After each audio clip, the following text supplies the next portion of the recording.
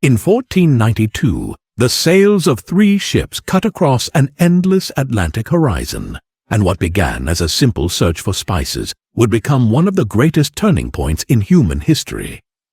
The man at the helm, Christopher Columbus, could never have predicted the scale of what he had just set in motion. His discovery of the Americas would ripple through centuries, setting fire to ambition, greed, and conquest. Millions would die, entire empires would rise, and new worlds, both glorious and horrific, would be born. From that moment on, the European powers began carving up the unknown with the precision of kings and the brutality of conquerors. Colonization became an obsession. The blood-soaked centuries that followed created new borders, birthed nations, and unleashed the most ambitious human experiment the world had ever seen: the United States of America. It was declared on July 4, 1776, but its roots stretched back far before that summer day. Before flags and freedom, before presidents and revolutions, there was land vast, untouched, and alive. Long before European ships touched its shores, the continent that would one day be called North America was already home to civilizations of astonishing complexity. The native peoples who walked this land governed themselves with intricate systems of law, trade, and diplomacy. They farmed, hunted, and built societies that flourished for thousands of years. To them, the soil was sacred, not a resource to be owned, but a living bond between generations. And then the strangers came. The Norse were the first whispers of what was to come. Leif Erikson, a navigator of the North, heard tales of a mysterious land west of Greenland. What began as a rumor became a voyage, and he soon found himself stepping onto the rocky shores of what we now know as Newfoundland. For a brief moment in time, the Norse built their outposts at L'Anse-aux-Meadows, a fragile footprint of Europe on American soil. But within 20 years, the settlement faded, reclaimed by the wilderness, and silence returned to the continent. 5 centuries later, the silence broke again. As Europe's hunger for wealth grew insatiable, their ships sailed further, faster, and more ruthlessly. Gold, spices, silk. They wanted the world, and they wanted it fast. But what they found instead was a frontier beyond imagination. In October of 1492, Christopher Columbus, financed by the Spanish crown, reached the islands of the West Indies, believing he had found Asia.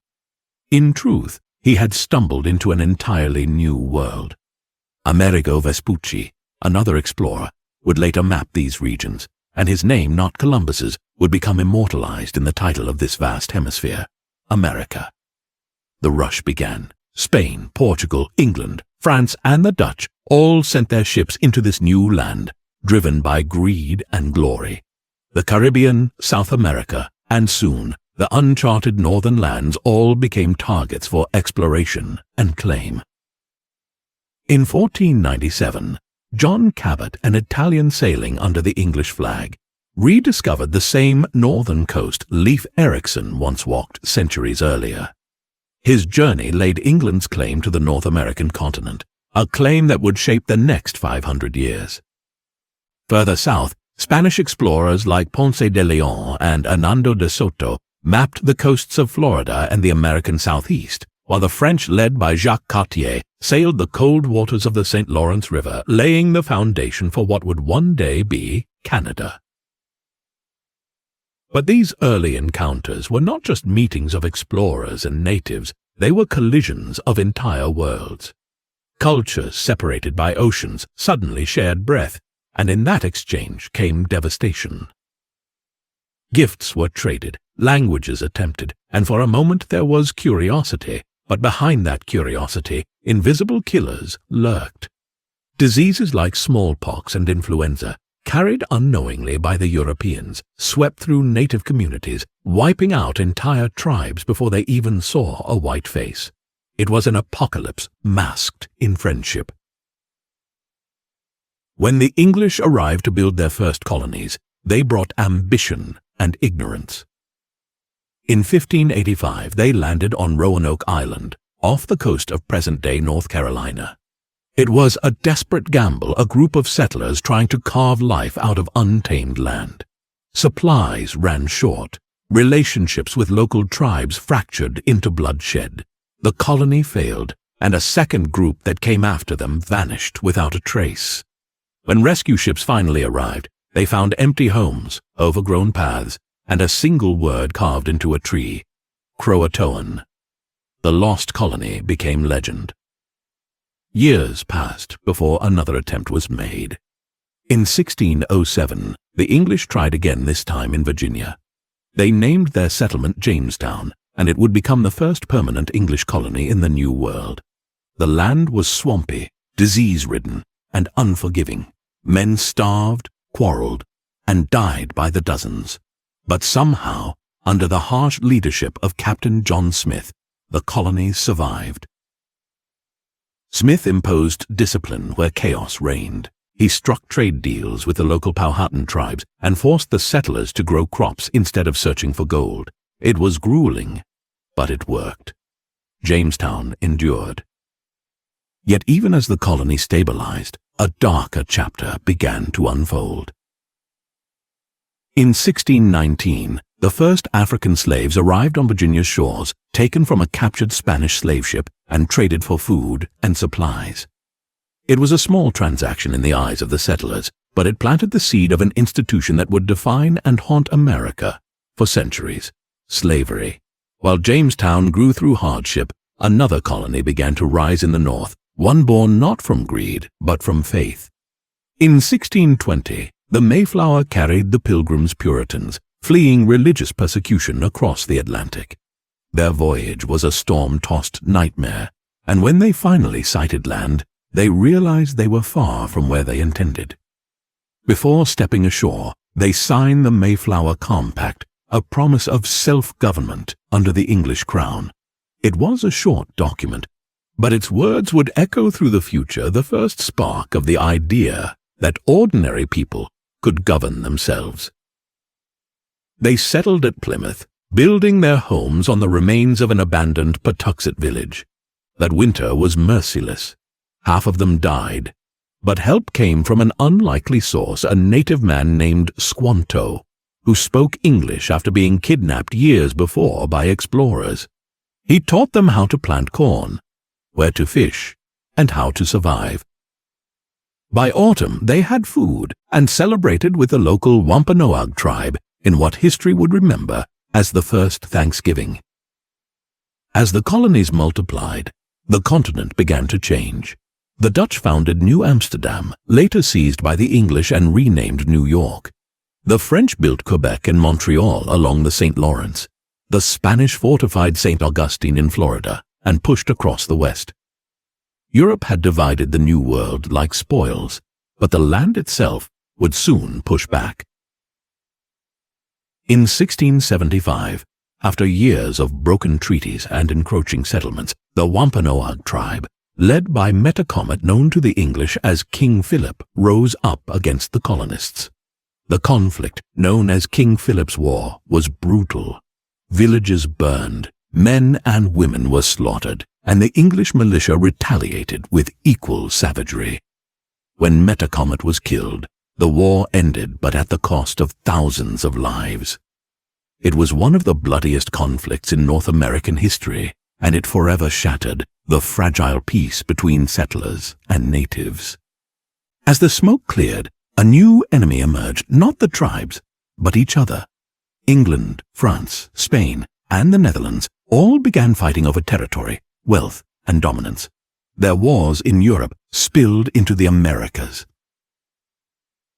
One by one, these colonial wars, King William's War, Queen Anne's War, King George's War, tore through the continent. Forts changed hands, villages vanished, and alliances with native tribes shifted with the tide. And through it all, the colonies grew.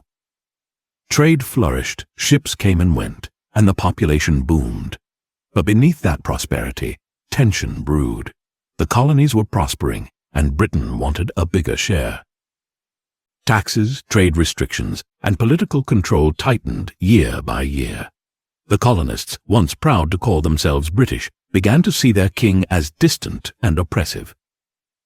By the mid-1700s, the stage was set for rebellion. In 1754, the spark came a small skirmish in the Ohio River Valley. A young Virginian officer named George Washington led his men against the French, unaware that his actions would ignite a global war, the French and Indian War, known worldwide as the 7 Years' War. The fighting spread like wildfire. Britain and France clashed across continents, from Europe to the Caribbean to India. In America, it was colonist versus colonist, each side backed by its European motherland and native allies. When the dust settled, Britain had won. France surrendered vast territories, ceding Canada and the lands east of the Mississippi to the British. The empire had grown, but so had its debts. And now it looked to the colonies to pay the price. Britain's victory in the French and Indian War came with a cost so immense that the Crown demanded repayment from its colonies. Taxes were levied, trade restrictions tightened, and the colonists, who had once fought proudly under the British flag, began to see their empire as a chain around their necks. In 1764 came the Sugar Act, a tax on imported goods like molasses. Then, in 1765, the Stamp Act, which demanded that every printed document, newspapers, licenses, even playing cards, bear an official stamp paid for in British coin. These were more than taxes. They were reminders that, despite living an ocean away, the colonists were still subjects, not citizens. The slogan, "No taxation without representation," spread like wildfire. They argued that Parliament, a body they hadn't elected, had no right to dictate their livelihoods. Petitions, boycotts, and protests erupted across the colonies. In the streets of Boston, the tension thickened until one night it exploded. March 5, 1770. Snow fell on King Street.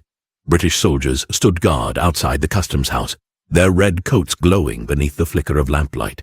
A mob of angry colonists, dock workers, apprentices, men hardened by years of frustration, gathered, hurling insults, snowballs, and stones. A soldier, struck in the head, raised his musket. The crowd shouted, "Fire, damn you! Fire!"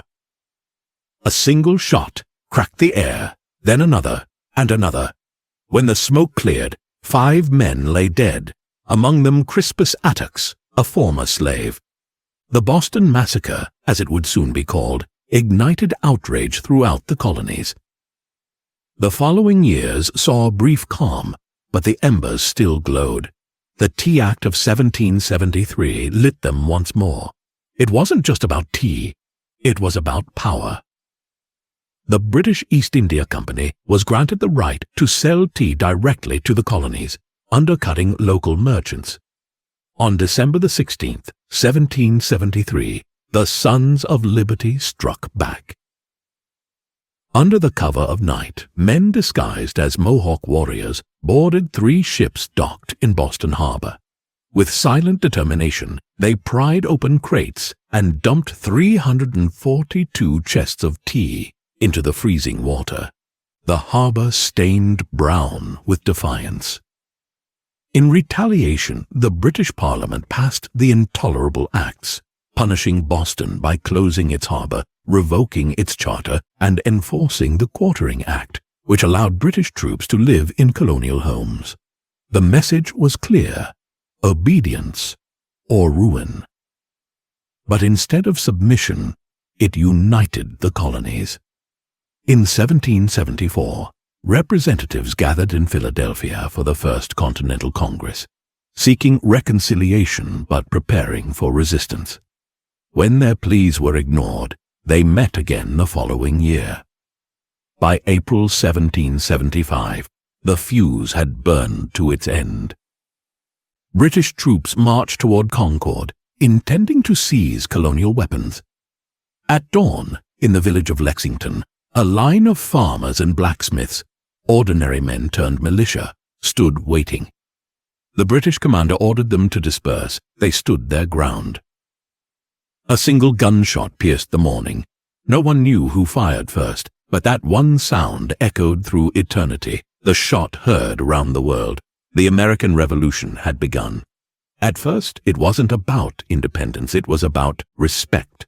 The colonists saw themselves as loyal Englishmen defending their rights, but war has a way of transforming ideas. In Philadelphia, Thomas Jefferson put pen to parchment and wrote the words that would change history. We hold these truths to be self-evident, that all men are created equal. On July 4, 1776, the Continental Congress signed the Declaration of Independence, severing their ties with Britain and declaring themselves a free nation. Freedom, however, was bought with blood. General George Washington, appointed commander of the Continental Army, faced impossible odds. His troops were outnumbered, undertrained, and starving. Winter at Valley Forge nearly broke them. But they endured. Washington's leadership, stoic and unyielding, turned desperation into resolve.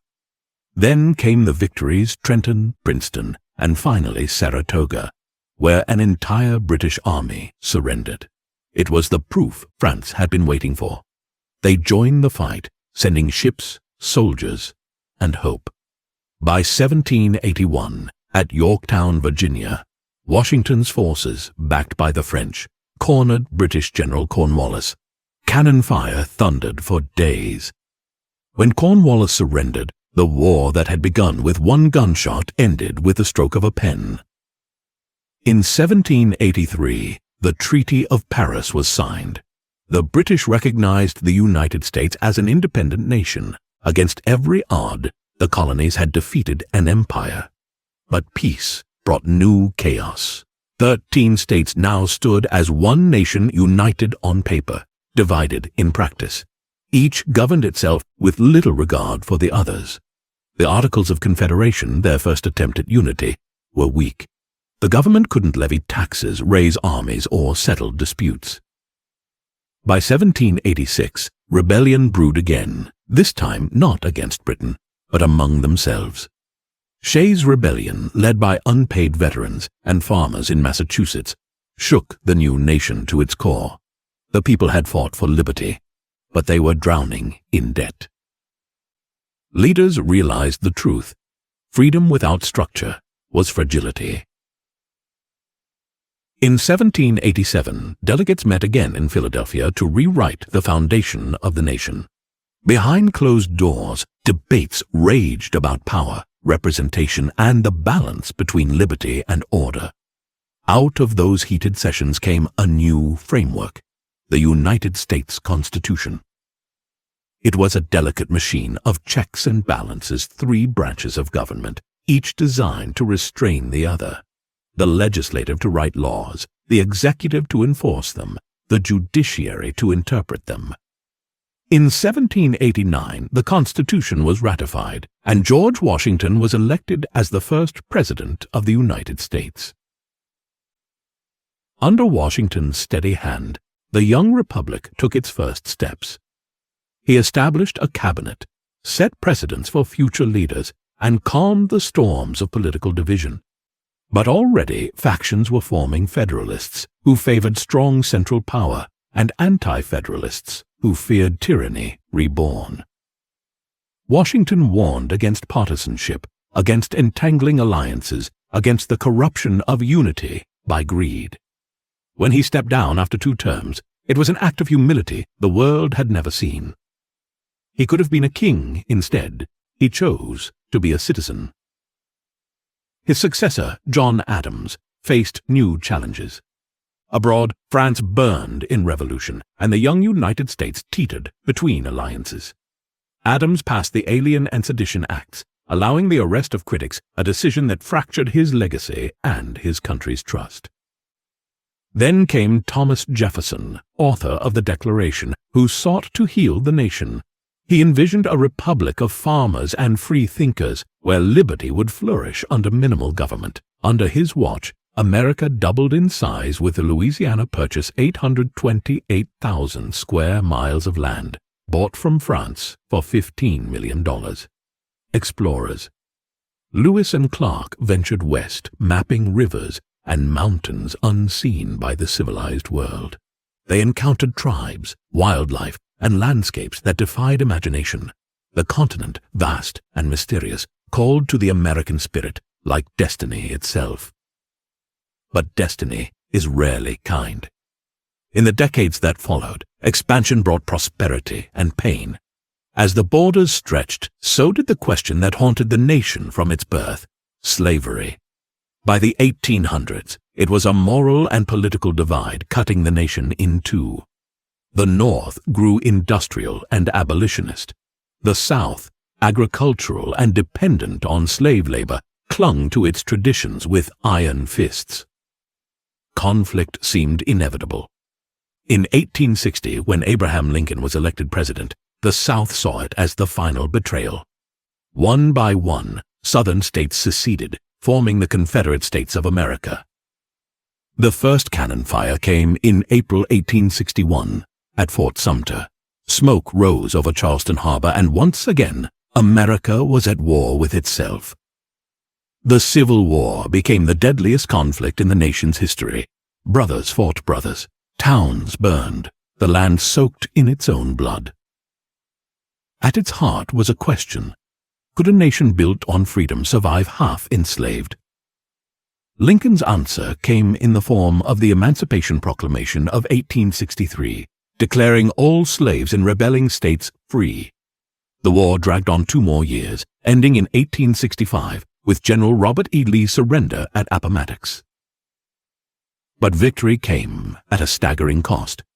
600,000 lives lost, cities in ruins, and a president assassinated days after the war's end. Lincoln's dream of unity would be left for others to realize. Reconstruction followed an era of fragile progress and violent backlash. Freed slaves sought education, work, and dignity, but old hatreds refused to die. The Ku Klux Klan rose in the night, their torches burning the promise of equality into ash. Still, the Union endured. As the 19th century turned to the 20th, America transformed from a wounded nation into a rising industrial titan. Railroads stitched the country together, carrying steel, coal, and ambition across its veins. Immigrants flooded in by the millions, chasing the promise of opportunity. Cities rose, so did factories. But with progress came corruption. The Gilded Age, as it would be known, shimmered with wealth on the surface while poverty festered beneath. The rich grew richer, while workers toiled in smoke and misery. Labor strikes erupted, and reformers began demanding change. Then came war not within, but across the ocean. In 1917, America entered World War I, sending its sons into the trenches of Europe. They returned home to a changed nation, roaring industries, jazz, and the glittering excess of the roaring 20s. For a time, it seemed as though nothing could stop the upward climb until October of 1929, when the stock market crashed. The Great Depression plunged the country into despair. Red lines stretched down city blocks. Families lost everything. Banks collapsed. The dream had crumbled. And yet, out of the darkness, a new voice rose: Franklin D. Roosevelt, who promised a New Deal. He rebuilt roads, dams, and hope. His programs employed millions, and for a while America began to breathe again. But peace is a fragile illusion. In 1941, when Japan attacked Pearl Harbor, the United States was thrust into World War II. Factories roared to life. Men went overseas. Women filled the workforce. The entire nation became an engine of war. From the beaches of Normandy to the islands of the Pacific, America fought on 2 fronts until 1945, when the unthinkable happened. 2 atomic bombs dropped on Hiroshima and Nagasaki, ending the war and changing humanity forever. The world had entered the nuclear age, and America stood at its center, powerful, victorious, and haunted. When peace returned, a new kind of war began, a silent one, fought not with armies, but with ideology. The Cold War set the United States against the Soviet Union in a contest of fear, technology, and control. From the race to the moon to the threat of nuclear annihilation, humanity lived under the shadow of the mushroom cloud. The phrase mutually assured destruction became the grim poetry of the era. And yet, even as it reached for the stars, America wrestled with its demons at home. The 1950s and 60s brought the civil rights movement, led by figures like Martin Luther King Jr., Rosa Parks, and countless others who refused to remain silent. They marched, bled, and were beaten for a simple demand equality. In 1964, the Civil Rights Act became law, but the wounds of centuries ran deep. America's struggle for justice was far from over. Through war in Vietnam, scandal in Washington, and the turbulence of cultural revolution, the nation stumbled but never stopped. From the rise of technology to the fall of towers, from despair to resilience, America's story remained what it had always been, a battle between its ideals and its reality. And as the 21st century dawned, that struggle only deepened. The 20th century had remade the United States into a superpower, but with great power came deeper shadows. The world looked to America for guidance, yet the questions it faced within its own borders were as heavy as those it confronted abroad. The Cold War was not fought with bullets, but with belief. It was a war of fear, ideology, and paranoia, one that reached into classrooms, movie theaters, and living rooms. The United States and the Soviet Union stood like two titans, glaring across oceans, their fingers poised above buttons that could end civilization. Each side built more missiles, tested more bombs, and watched the skies for signs of betrayal. In the 1950s, drills in schools taught children to hide under desks as if wood and metal could shield them from the fire of the atom. Television brought the threat into every home, mushroom clouds blooming in black and white. Yet amid the tension, something else was brewing: progress.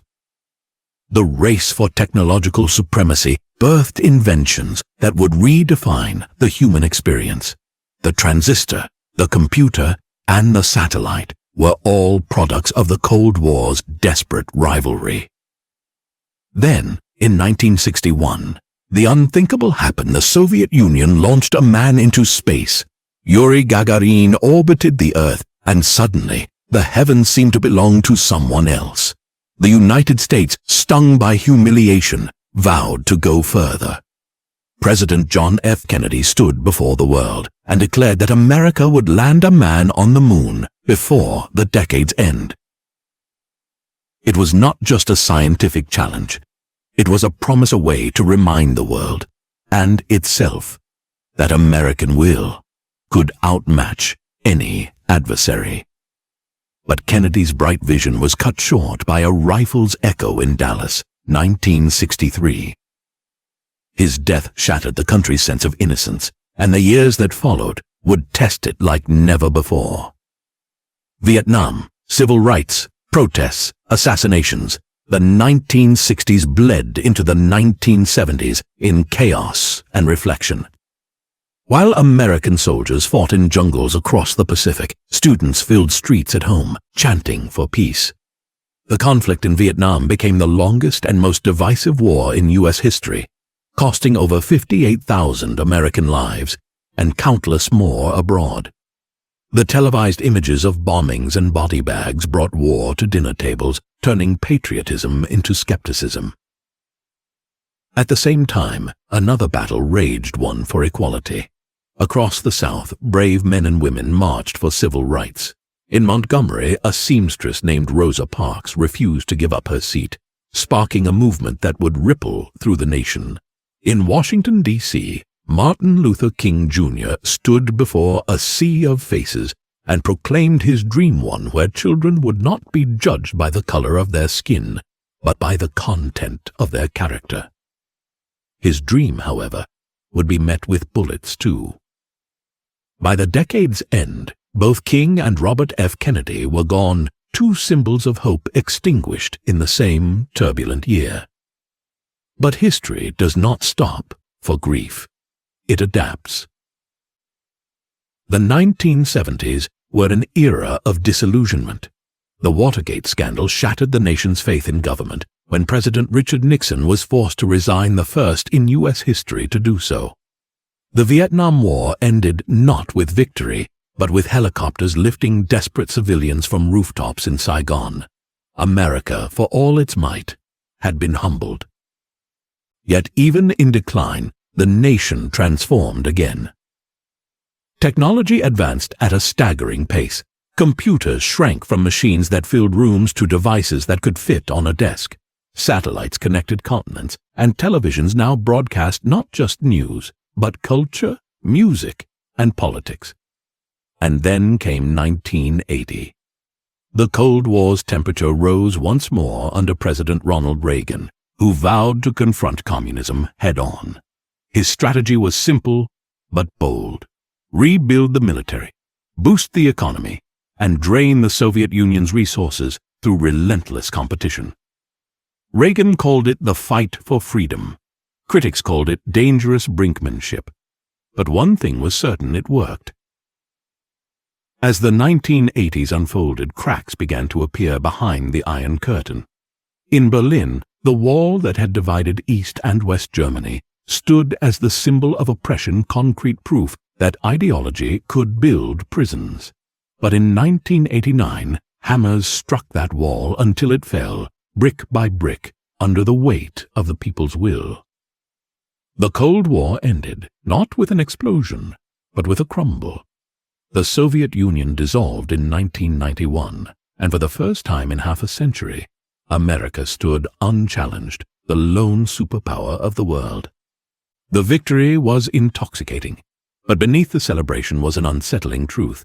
Without an enemy, who was America fighting now?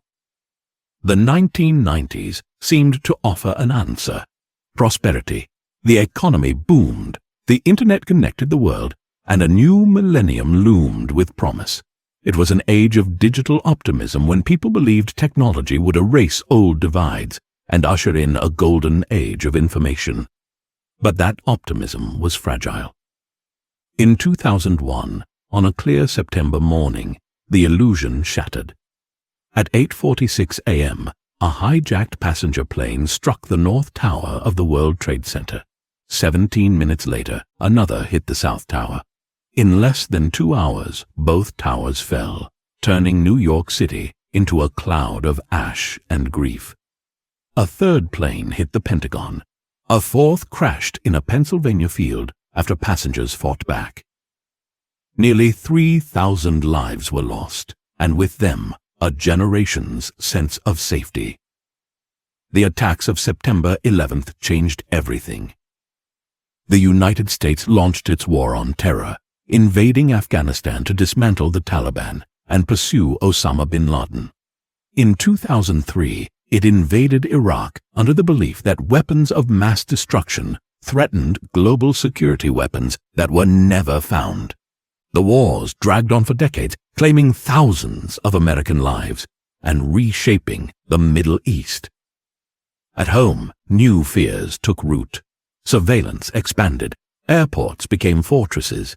The very definition of freedom seemed to bend under the weight of security. And yet, even in that uncertainty, hope found a way to return. In 2008, amid the worst economic collapse since the Great Depression, Americans elected Barack Obama, the first African-American president. His message, hope and change, reignited something the country hadn't felt in years: possibility.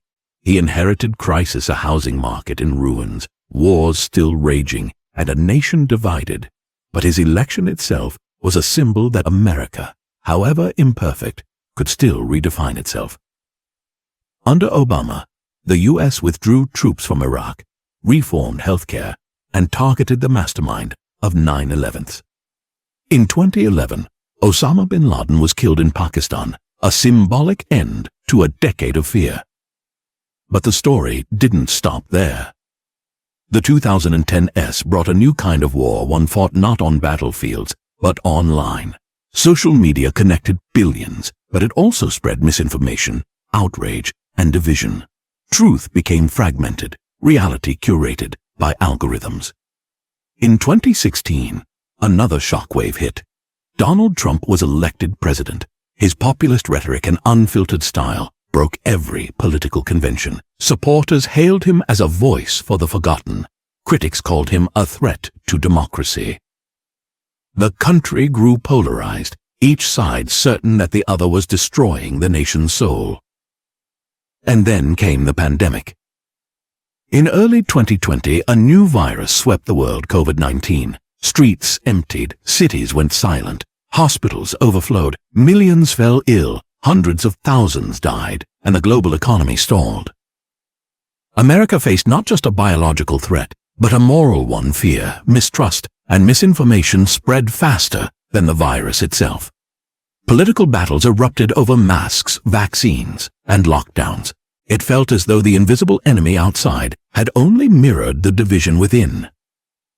That same year, the death of George Floyd under a police officer's knee reignited the Black Lives Matter movement. Protests filled the streets of every major city. Old wounds were reopened. The country once again confronted its centuries-long struggle with race and justice. And then, in November, another election tested the foundation of democracy. Joe Biden was declared the winner, but the aftermath spiraled into chaos. On January 6, 2021, a mob stormed the U.S. Capitol, breaking through police lines and desecrating the very seat of American democracy.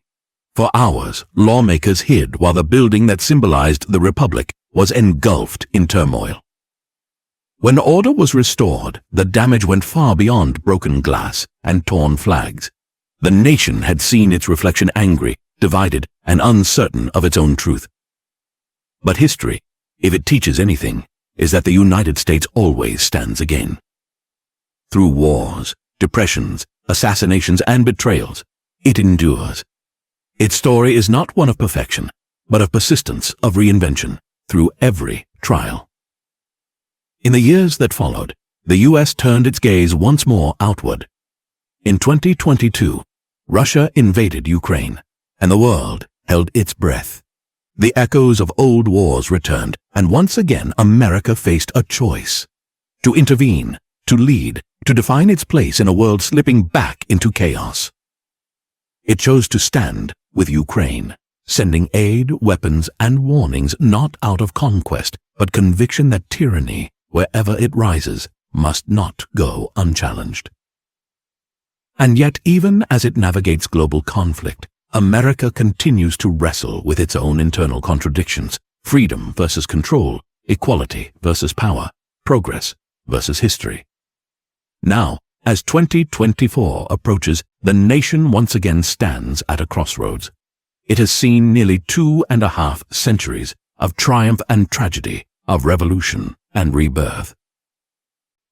From the first sails that touched its shores to the rockets that now pierce the heavens, from fields soaked in blood to cities illuminated by neon and code, America remains what it has always been: an unfinished experiment.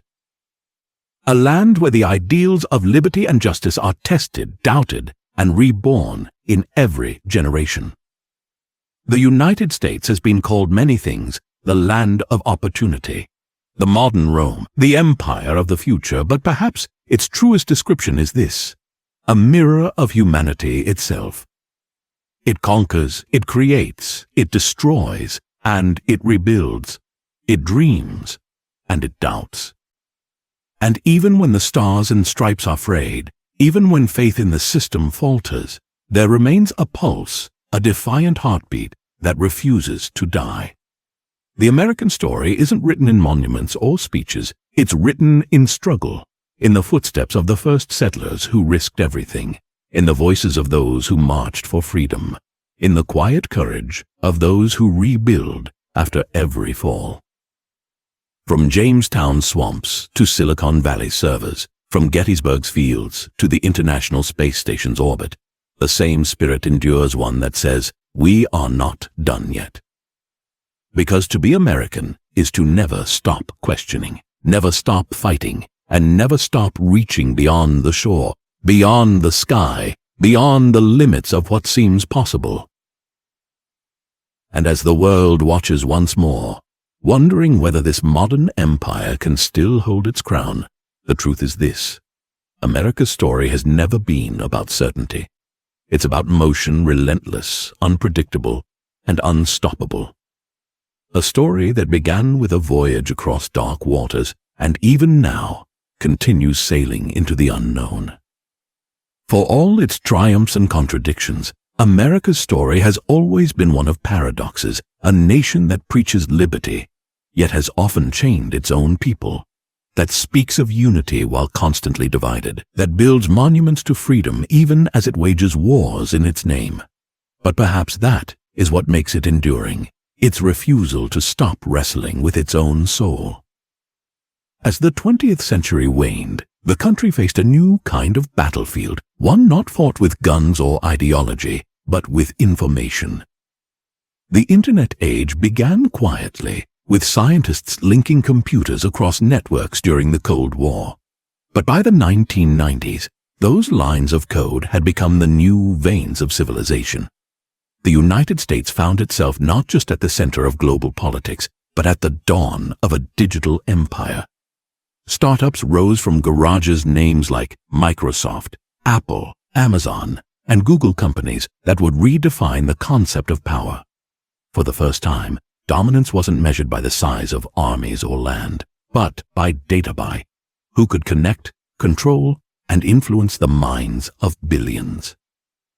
The dot-com boom transformed cities into laboratories of ambition.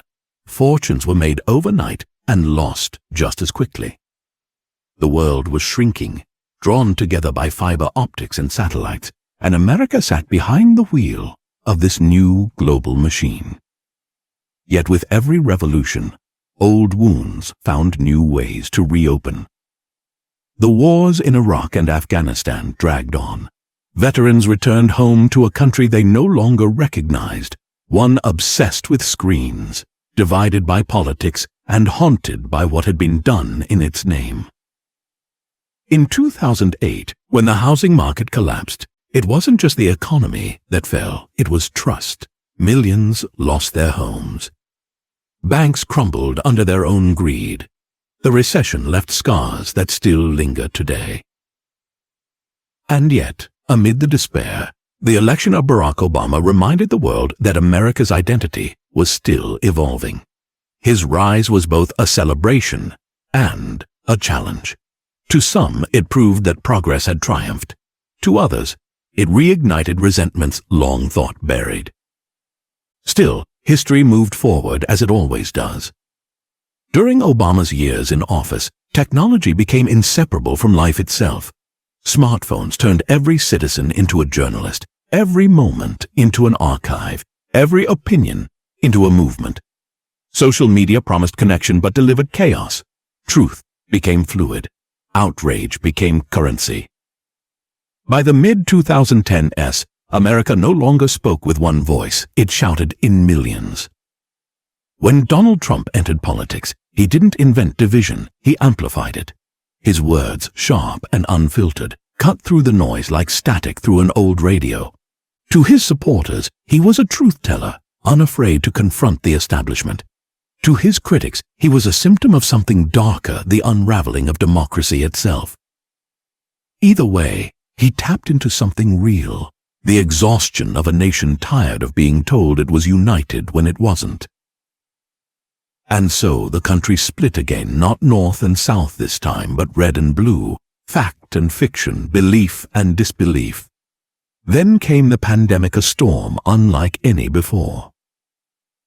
In early 2020, as hospitals filled and streets emptied, the United States faced a reckoning not just of health, but of humanity. For the first time in generations, the entire world shared a single fear, and yet the response was anything but unified. Masks became political, science became a weapon, and isolation revealed what years of noise had hidden a loneliness at the heart of modern life. People lost jobs, homes, and loved ones. Schools went dark. Cities turned silent. But amid the despair, something remarkable happened. Doctors, nurses, and ordinary citizens stepped forward to carry the nation through its darkest hours. Still, when the dust began to clear, America was no longer the same. By 2021, the country stood bruised and divided. The riot at the Capitol building on January 6th wasn't just an attack on a building, it was an attack on an idea that democracy could survive disagreement. But democracy, fragile as glass, did not shatter. Congress reconvened, votes were certified, and Joe Biden was sworn in as the 46th President of the United States. His administration faced an exhausted nation, one torn between progress and nostalgia, between global leadership and internal healing. Under Biden, the U.S. withdrew from Afghanistan, ending the country's longest war, though not in victory, but in fatigue. The images of desperate civilians clinging to departing planes mirrored those of Saigon decades earlier. The circle of history, it seemed, had closed. And as the world tried to find balance again, a familiar specter returned. In 2022, Russia invaded Ukraine, shattering decades of uneasy peace in Europe. Tanks rolled across borders, missiles fell on cities that had lived in silence since World War II. And once again, the world looked to America not as a conqueror, but as a defender of principle. The United States sent aid, weapons, and diplomacy. The ghosts of the Cold War stirred again, but this time the lines were blurred. The world wasn't divided into good and evil anymore, just layers of gray.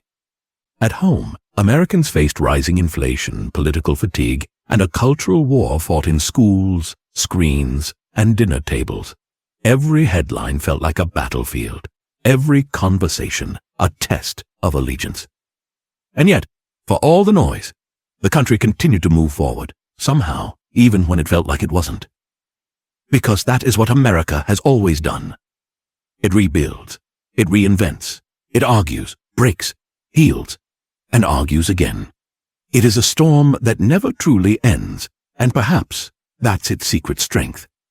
The 21st century has already seen America redefine what power means. No longer just the strength of armies or industry, but of ideas of influence. Music, film, technology, and culture radiate from its borders like light from a restless star. From Silicon Valley's innovation to Hollywood's stories, from Wall Street's ambition to Washington's diplomacy, the United States remains the gravitational center of modern civilization, both admired and condemned for the same reason: its reach. But in the quiet moments away from headlines and politics, the real America exists not as an empire or ideology, but as people. The mechanic in Detroit rebuilding engines passed down from his father. The immigrant in New York working nights to send money home. The teacher in Texas explaining history to children who've never known a world without smartphones. The nurse in Chicago still wearing her mask out of habit. It's in these lives, ordinary and unseen, that the country's story keeps breathing. Because the United States has never been defined by its leaders or wars, but by its capacity to endure. It was born from defiance from people who crossed oceans chasing the impossible. It grew through pain, through contradiction, through the refusal to surrender to fate. Even now, as it faces political division and social unrest, the DNA of the nation remains the same: restless, idealistic, stubbornly hopeful. There is a pattern to its history. Every time it fractures, it remakes itself stronger. Every generation rediscovers the promise written in those old words: life, liberty, and the pursuit of happiness. That pursuit is not a destination, but a motion, an eternal reaching. From the Revolution to the Civil War, from the Great Depression to the space race, from 9/11 to the pandemic, the thread that ties it all together is the same unyielding belief that tomorrow can still be better. The question, as always, is whether America will live up to its own idea. As the next election looms, the same debates echo that have echoed for centuries: freedom versus control, unity versus individuality, security versus liberty. The technology has changed, the faces are new, but the arguments are ancient. History doesn't repeat in America, it rhymes. The struggle of the colonists mirrors the protests of today. The divisions of the Civil War whisper in the political discourse of the present. The optimism of pioneers echoes in the innovations of modern dreamers. And though the country has stumbled time and time again, each fall has revealed something unbreakable beneath the surface, the resilience of its people. From Ellis Island to Silicon Valley, from the cotton fields of Georgia to the skyscrapers of Manhattan, from the silent plains of the Midwest to the neon nights of Los Angeles, the same heartbeat continues. The story of the United States is not a straight line, but a spiral always circling the same questions, yet rising a little higher each time. It began with explorers crossing a vast, unknown ocean. It continues now in digital explorers, crossing invisible networks of data and code. The tools have changed, but the instinct remains to push boundaries, to seek, to question. And perhaps that is America's truest identity, not a place, but a pursuit. The pursuit of more knowledge, more justice, more freedom, even when it costs everything. The pursuit that makes it reckless and brilliant, flawed and fearless, tragic and inspiring all at once. Now, as the world stands on the edge of new uncertainties, artificial intelligence, climate change, space colonization, the question that haunted every generation of Americans still lingers. Can a nation built on revolution ever truly rest? Perhaps it was never meant to. For the United States, rest is death. Movement is survival. It thrives in crisis, in challenge, in reinvention. Every collapse births another renaissance. Every failure, another beginning. And so, nearly 2.5 centuries after the signing of its declaration, the nation remains in motion, a living experiment in chaos and hope. Its enemies have tried to conquer it. Its citizens have tried to perfect it. Neither have succeeded, and that, perhaps, is the point. Because America was never meant to be perfect. It was meant to be possible. And possibility, unlike power, never fades. From the first step onto Plymouth soil, to the footprints on the surface of the moon, from the hand that signed the Constitution to the hands that build satellites orbiting the Earth, from the dreams of immigrants arriving on distant shores to the voices of those still demanding to be heard, the story continues. Not finished, not flawless, but alive. And as history turns its next page, one truth endures. The experiment that began in 1776 against all odds, against empires, against itself, still stands. And so long as the American spirit burns defiant, restless, and unafraid, the world will continue to look toward it, not for perfection, but for proof that humanity, in all its chaos, can still aspire to something greater. The United States of America, born in rebellion, forged in conflict, defined by reinvention. And still, after all this time, becoming. Becoming. That single word captures what the United States has always been. Not a finished creation, but a constant act of creation itself. The ink of its story never dries. The parchment stretches forward in time, carrying names not yet written, dreams not yet born, and promises not yet kept. Every generation inherits the same fragile flame, an idea that freedom is worth the risk. Some carry it carefully, others nearly drop it. Yet somehow, through civil war and civil rights, through depressions and discoveries, the light never goes out. In the quiet corners of history, there are moments when the nation seems to hold its breath, when it stands between what it was and what it might become. Those moments come without warning. A soldier planting a flag in the soil of a new land. A scientist staring at a computer screen, realizing they've just changed how humanity will speak. A protester raising a sign in the rain, shouting not for destruction but for recognition. Each one becomes part of the same ongoing heartbeat. The United States has been called the modern Roman Empire, and in some ways the comparison fits. It wields influence over art, language, technology, and power, shaping the modern world in its image. But unlike Rome, it is built not around conquest, but around conviction, the belief that a person's worth is not decided by their birth, but by their will. Of course, that belief has been tested again and again. For every step forward, there has been resistance. The country's most powerful moments have always been born from discomfort, from tension, argument, and unrest. Because in America, progress has never arrived politely. It kicks down the door, shouts, demands to be seen. In every era, there is an echo of those first revolutionaries who looked across an ocean at the most powerful empire on earth and dared to say no. That same defiance still pulses through its veins. You can see it in the entrepreneurs building companies from nothing, in the scientists sending rovers to Mars, in the activists marching through streets demanding better. The same stubborn belief that no matter how impossible it seems, change can still be made. Now, the nation faces a different kind of frontier, one not of geography, but of mind.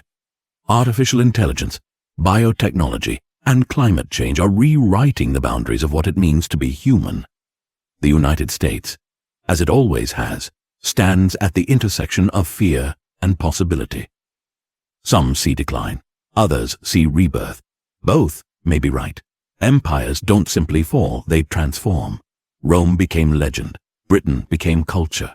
America, perhaps, will become the network that links the world.